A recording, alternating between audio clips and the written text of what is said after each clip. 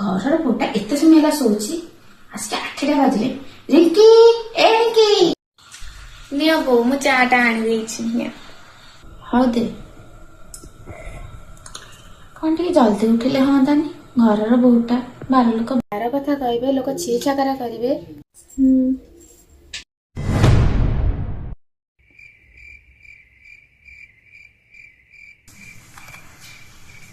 ବୋଉ ବୋଉ ମା ଭୂତନ କିଛି ছিল ରକ୍ଷା କରିବା ବଜ୍ର ବୋଲି हे प्रभु हे प्रभु हे प्रभु हे प्रभु ଇଲୋ ବୋଉ ମୁଁ ବା ରିଙ୍କି ବା ଆପଣ କହିନଥିଲେ ଜଲ୍ଦି ଉଠିବାକୁ। ଛାତି କଣ ହେଇଯାଉଛି। ଆଲୋ ତୁ ମୁଁ ଭାବିଲି ଚୋର କି ଭୂତ ମତେ ଖାଇଛି ବୋଲିକା। ଆଲୋ ଏତେ ରାତିରେ ଉଠିକି ତୁ କଣ କରୁଛୁ? ଆପଣ ବା ମତେ କହିଥିଲେ ଜଲ୍ଦି ଉଠିବାକୁ। ମୋ ମୁଣ୍ଡ ଖରାପ ହେଇଥିଲା। ମୁଁ ତତେ କହିଥିଲି ଜଲ୍ଦି ଉଠିବାକୁ। ଯା ଶୋଇବୁ 8ଟା 9ଟା ବେଳକୁ ଉଠିବୁ।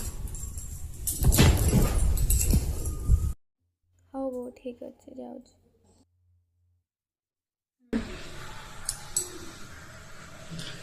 ଯାହା ହଉ ଗଲା। ମୋ ନିଦ ଖରାପ କରିଦେଇଥିଲା। ମଣିଷ ବି ଟିକେ ଆରାମସେ ଶୋଇବ।